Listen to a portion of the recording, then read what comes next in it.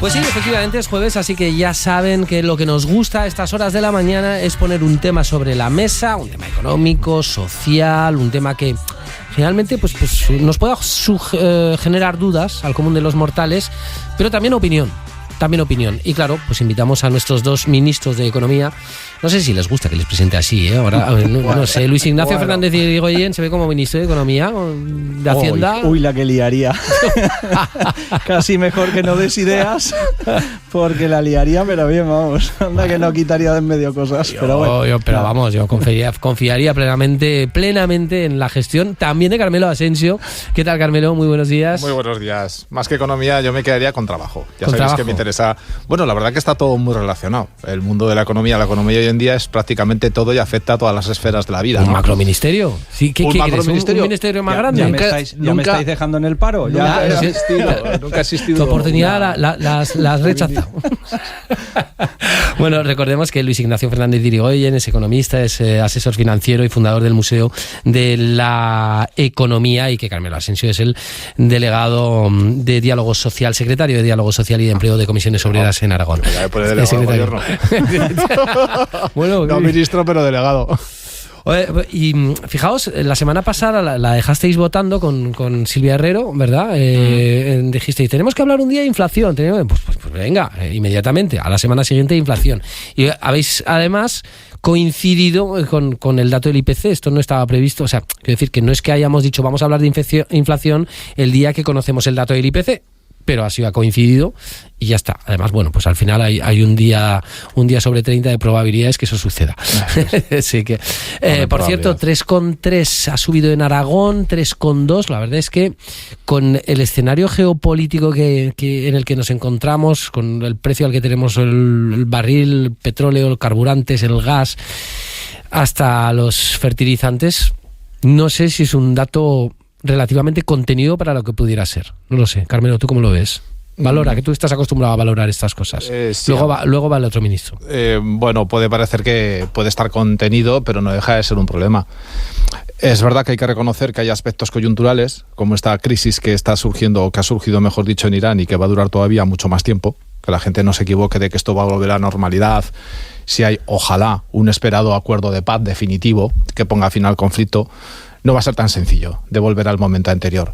Es verdad que hay una serie de razones que son coyunturales, como puede ser un conflicto en Oriente Próximo y todo lo que está pasando con el estrecho de Hormuz, que encarece los combustibles, la energía y por ende también todo lo que tiene que ver con los derivados del petróleo en una economía muy dependiente de los combustibles fósiles.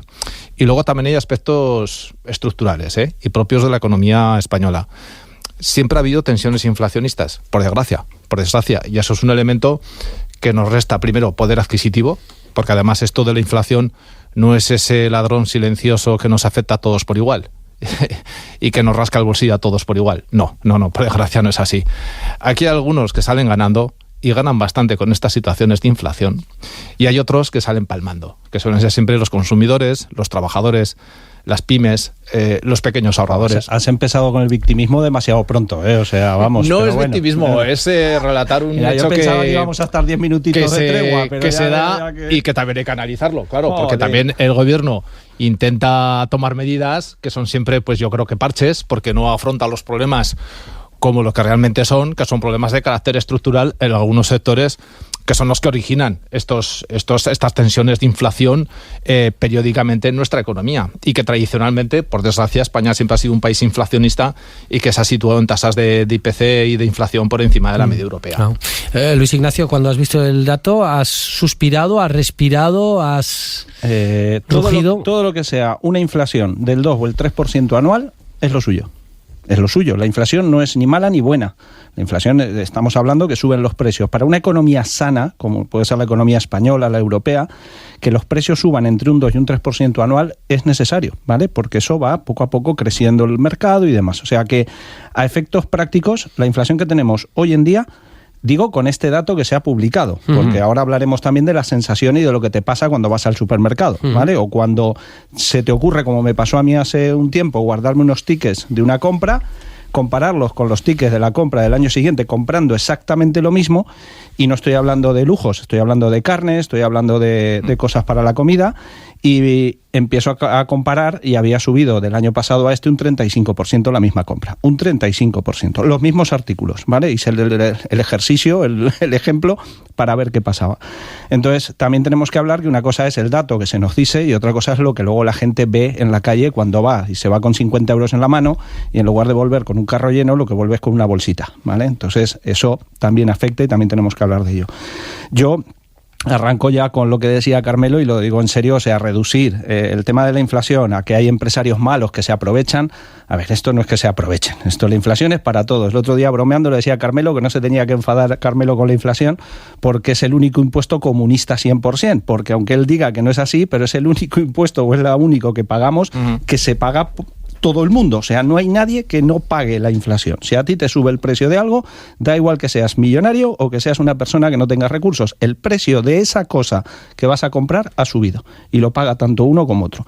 Evidentemente, broma aparte, que es una broma simplemente, el tema de la inflación es algo horrible, porque tú te estás dando cuenta que trabajas las mismas horas en tu trabajo, haces el mismo esfuerzo, cobras aproximadamente lo mismo, lamentablemente, año a año, y sin embargo cada mes tienes esa sensación de que con el mismo dinero compras menos cosas. Por lo tanto, bromas ninguna, lógicamente. Y luego que es el impuesto, es verdad que es el impuesto más cruel. O sea, y es cruel porque no se vota. O sea, tú no votas a un político para que te evite la inflación. La inflación la va a pagar igual, vote o no vote. No aparece en ninguna carta oficial, no te avisan, no te dicen, tenga usted cuidado que el año que viene le van a subir los precios. Y lo peor de todo es que tienes la sensación de que es un ladrón, como bien decías antes también, pero es un ladrón que te roba de verdad, porque te quita parte de tu dinero, parte de tu poder adquisitivo, y no solo no te avisa, sino que te robas sin que parezca que lo sientes. Claro, lo que pasa que también, lejos de la frivolización, es verdad que a no todo el mundo le afecta por igual y no es un impuesto que paga todo el mundo por igual.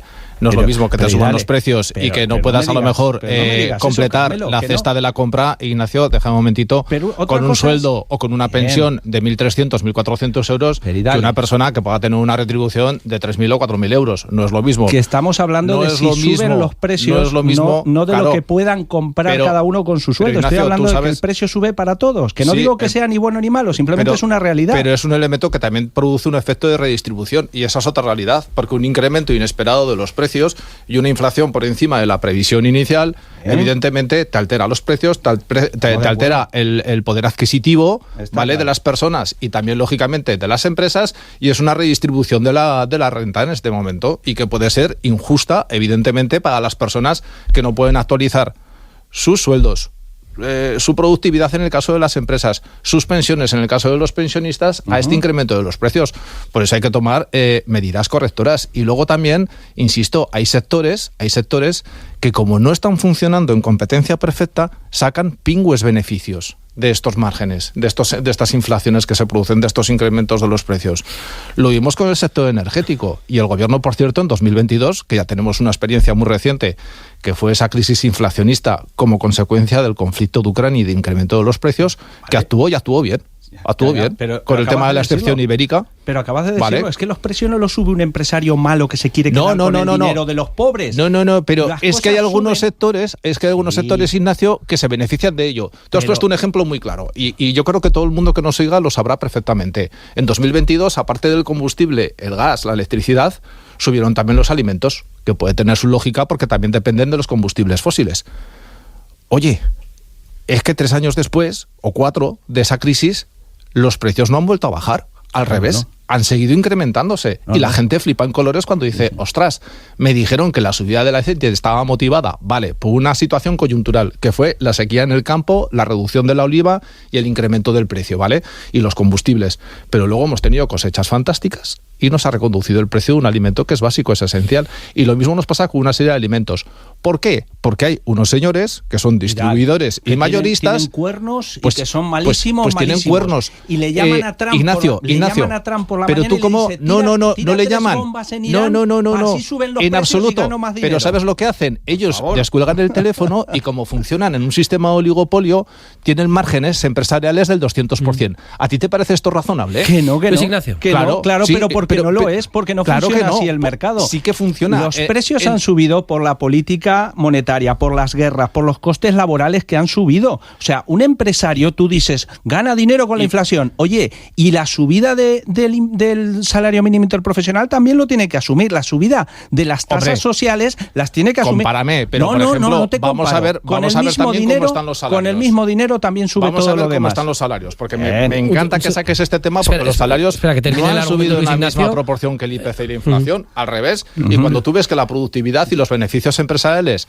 se incrementan y se disparan en algunos sectores, no en todos, porque hay sectores económicos empresariales que también se han visto penalizados por el incremento de los precios, y ves que los salarios se mantienen o incluso pierden poder adquisitivo, pues evidentemente dices, oye, aquí hay algo que no funciona. Y desde luego ese reparto de la plusvalía y de los beneficios de los márgenes no se está dando, que es otra cosa que también es muy necesaria en este país. Permitidme además que introduzca un matiz y seguís, por supuesto, como consideréis, pero además es que cuando hablamos de la inflación o cuando hablamos, mejor dicho, del IPC, hay que tener en cuenta lo que se refleja en ese IPC, es decir, qué tipo de productos y servicios son los que realmente refleja, porque luego en nuestra vida real luego decimos, pues yo no veo aquí que esté mi hipoteca, yo no veo aquí que esté el precio de esto, de lo otro. Al final son, si no recuerdo mal, realmente el IPC son unos 400 productos los que se revisan y alguna cosa más, pero la factura energética, bueno, para eso está el IPC subyacente, pero ese nos lo repiten muchas veces lo que es, pero es que uno se acaba olvidando. Hace mucho tiempo que se está luchando para que esa lista de esos 400 y pico productos se actualice, porque evidentemente no es lo mismo la lista de la compra de los años 80 de la actual, ¿vale? Nosotros creo hacemos... que se revisan cada 5 años. Sí, lo que pasa es que, bueno, sí, se revisan, pero entre comillas, dependiendo también, porque claro, pensar que si se revisa esa lista, se actualiza como corresponde, probablemente el dato de inflación, como digo, que va a salir de esa lista actualizada, no va a ser para el gobierno de turno un dato agradable, porque luego esos datos de inflación hay que trasladarlos a Europa. Europa, dependiendo de cómo vayan las políticas monetarias en cada país, toma decisiones también de dónde mando dinero y dónde no. En fin, tiene unas connotaciones muy, muy peligrosas para los políticos. Entonces, normalmente no se suele tocar de grandes formas porque es peligroso para ellos a la hora de los votantes, si quieren ir luego a votarles o no. Pero vamos, yo por terminar, y perdonar que vuelva, pero por terminar y contestarle a Carmelo, el tema de la inflación no es algo que se ponen de acuerdo para hacerlo. Suceden muchas cosas. Es verdad que cuando la inflación se dispara, y lo hemos visto en Europa en estos últimos años, que se nos disparó la inflación, se nos disparó para nuestro entorno. Porque claro, que suban los precios un 10, un 12, un 15%, tú se lo dices a un alemán, a un suizo y a un español, ¡oh, qué locura! Claro, esto se lo dices a un latinoamericano o un africano y se te echa a reír. Tener un 15% de inflación al año es un regalo para ellos, ¿vale? Porque tienen tasas muchísimo más elevadas. Entonces, ¿qué pasa? La inflación no es una cosa que se prepare y que se orqueste y que se organice. Sí que es verdad que cuando se dispara el dato, los gobiernos tienen que tomar decisiones económicas. ¿Cómo se toman esas decisiones? Pues depende de la época. Hace 2000 años, Trajano, el emperador Trajano, lo que hizo fue retirar dinero a base de impuestos del mercado. ¿Para qué? Pues todas esas monedas que Trajano cogió a base de impuestos nuevos que creó, retiró dinero del mercado y la gente tenía menos dinero para comprar cosas. Por lo tanto, al haber menos masa monetaria en el mercado, la gente compraba menos cosas y los precios bajaban. Aquí en Europa, termino el primer keynesiano. Claro. Aquí en Europa, ¿qué ha pasado? Cuando se dispara la inflación, claro, no nos podían crear aún más impuestos todavía, porque ya discutimos el otro día de lo que son los impuestos en España, como para que encima nos los suban más. Entonces, ¿qué nos han hecho? No suben los tipos de interés.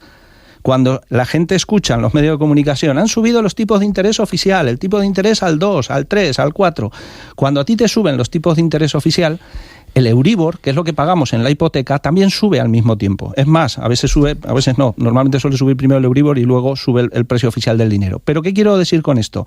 Que en lugar de quitarte el dinero a base de nuevos impuestos, te hacen pasar de una cuota de hipoteca de 500 euros a 750, y esos 250 euros de más que vas a pagar este año a la hipoteca porque te la han subido, porque eso sí que es una decisión política, es una decisión económica.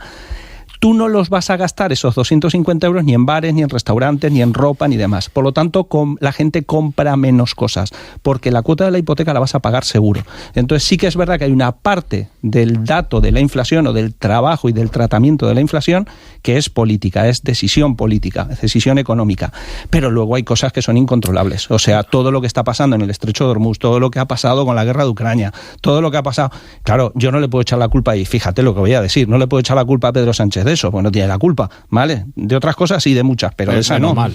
Claro, entonces, creo bueno, que hasta de los es lo que se llama enfriar la economía desde los bancos centrales. Efectivamente. Lo que ocurre es que, si tienes un presidente como Trump, lo único que tienes que hacer es quitar al presidente de la Reserva Federal que consideras que no está haciendo lo que tú quieres. Bueno, en la Unión Europea no penséis que funciona... Te la ha dejado votando, No penséis que funciona de forma muy diferente, la elección del presidente del Banco Central Europeo. Pero bueno, quitadas esas cuestiones, Ignacio se ha dejado de añadir a lo que estaba comentando con ese ejemplo que ha puesto del incremento de los tipos de interés y de las hipotecas, que esos 200 y pico pavos más que pagamos de la hipoteca se va al sector financiero, se va a la banca. Como no, evidentemente, si se va a la banca no lo puedes gastar en consumo o en alimentación o en otras cuestiones básicas. A ver, por matizar, y para que no ponga alguno palabras que yo no he dicho en esta boca, yo no digo que la situación de inflación sea provocada por un grupo de empresarios malvados. ¿Quién ha sido yo capaz lo que de estoy decir diciendo, eso? Ignacio, ¿De verdad que yo te lo han que estoy puesto eso en diciendo, tu Ignacio, boca? ¡Qué yo lo que estoy barbaridad! diciendo, Ignacio, es que ante esta situación hay gente que es muy lista, es muy aprovechada y se aprovecha de la situación. Y estamos hablando de mercados pero que no son es de lo competencia general. perfecta. Hombre, está pasando, por ejemplo, en el sector Sí. de la alimentación. Es incomprensible que los precios, no te digo que hayan bajado, Con la se hayan gasolina, puesto a un nivel medio. No puede ser que haya algunos productos que todavía sigan disparados en un 35% más con relación al año 2022. Que cuando se toman medidas de estabilización de precios o cuando ya esos elementos coyunturales, como hemos comentado, por ejemplo, antes, el caso del aceite, ya no están o bajan los combustibles, no bajen esos precios. ¿Por qué? Porque hay un sector de distribuidores y de mayoristas que son los que, lógicamente, aplican unos márgenes brutales.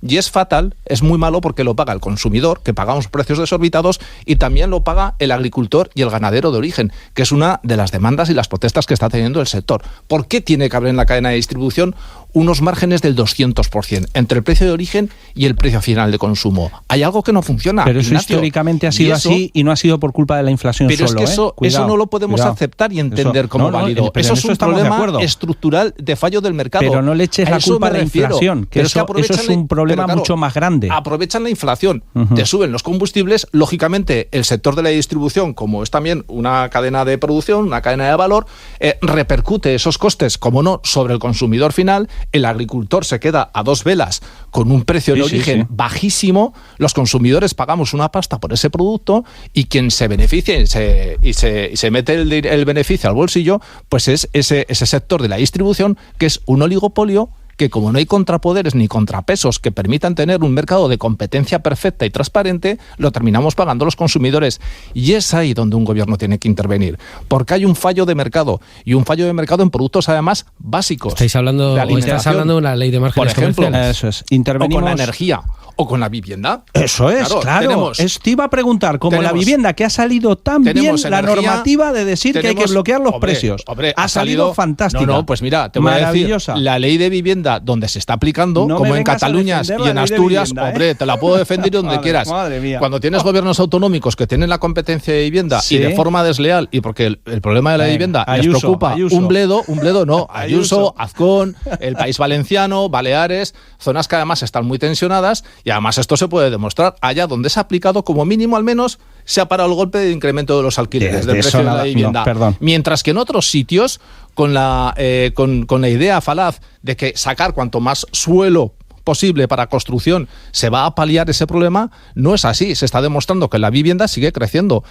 Y lo que tú decías, en el IPC, evidentemente, no se mete el precio de la vivienda, porque se entiende que es un bien de inversión y no es un bien de consumo, pero se meten los alquileres, y los alquileres han subido este año un 15%, que es una auténtica barbaridad.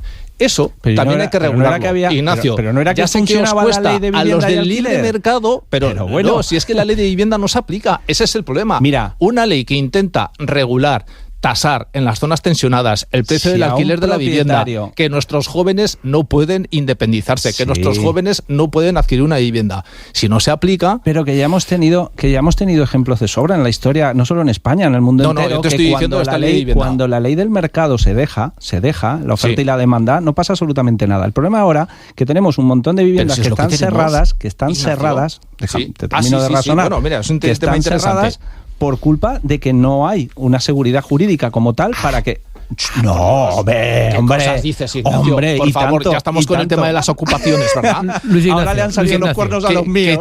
que te bajas a comprar el pan y te ocupan la vivienda, o tienes un Hombre, inquilino que no te Luis paga el Ignacio. alquiler y se te queda dentro. Pregúntaselo Hombre, al que se la han ocupado. No, pregúntaselo en Zaragoza. Que tenemos que ir terminando. Oficina contra ocupaciones. Una idea feliz de Vox, porque nos estaban ocupando las viviendas. 6 casos en un año. 6 casos de ocupación de vivienda. Eso sí, 180.000 euros de dinero público para financiar el chiringuito de Vox.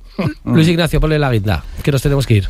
Pues yo nada. os voy a decir una cosa. Hay una gran economista, que es mi santa madre, que dice que lo que más sube y que en lo que se nota realmente que suben los precios es en lo que cuesta menos dinero. Es decir, que una barra de pan, 1 euro, de repente 2 euros, y esa no vuelve a bajar.